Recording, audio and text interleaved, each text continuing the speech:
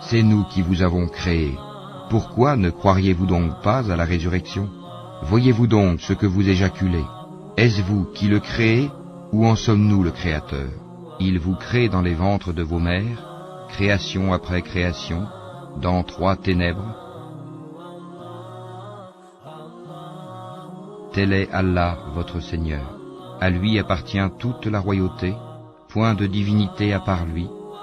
Nous avons certes créé l'homme d'un extrait d'argile, puis nous en fîmes une goutte de sperme dans un reposoir solide. Ensuite nous avons fait du sperme une adhérence, et de l'adhérence nous avons créé un embryon, puis de cet embryon nous avons créé des os, et nous avons revêtu les os de chair. Ensuite nous l'avons transformé en une toute autre création. Gloire à Allah, le meilleur des créateurs. C'est lui le connaisseur des mondes, inconnu et visible, le puissant, le miséricordieux, qui a bien fait tout ce qu'il a créé, et il a commencé la création de l'homme à partir de l'argile, puis il tira sa descendance d'une goutte d'eau vile, le sperme, puis il lui donna sa forme parfaite et lui insuffla de son esprit.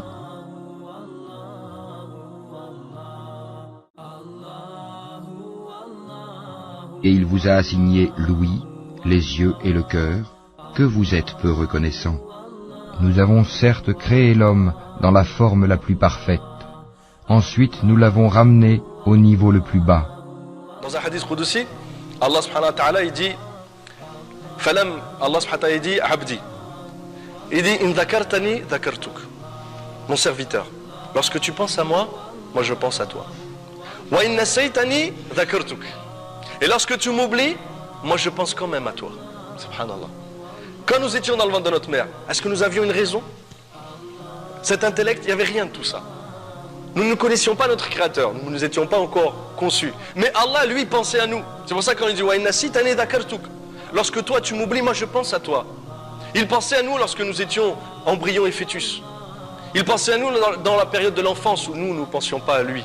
Il a veillé sur nous, sur notre bien-être. Il pense encore à nous lorsque maintenant nous sommes adultes et que nous, la nuit, nous sommes longs, nous dormons. Lui, il pense à nous et il veille sur nous. Il est sans cesse dans l'occupation, au service de son humanité, au service de sa création.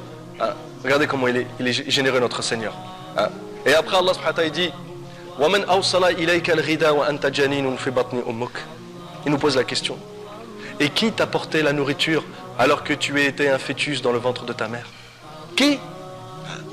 Il nous pose cette question pour qu'on prenne conscience qu'à ce moment-là, durant toute cette période de grossesse, le père n'intervient pas, la maman n'intervient pas.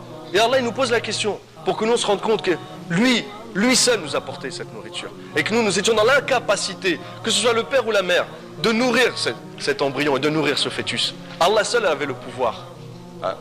Et Allah subhanahu wa ta'ala dit فَلَمْ أَزَلُ دَبِّرْ فِكَ تَدْبِيرًا حَتَّى أَنْفَذْتُ إِرَادَتِي فِيكَ.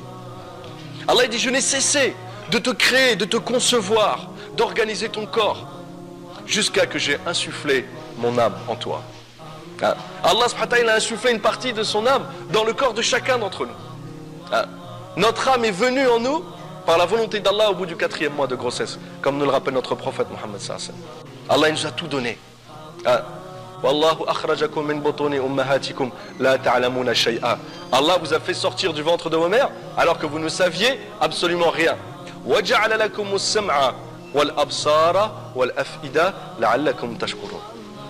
Et Allah il dit je vous ai doté du pouvoir d'entendre, de voir et de réfléchir afin que vous me soyez reconnaissants.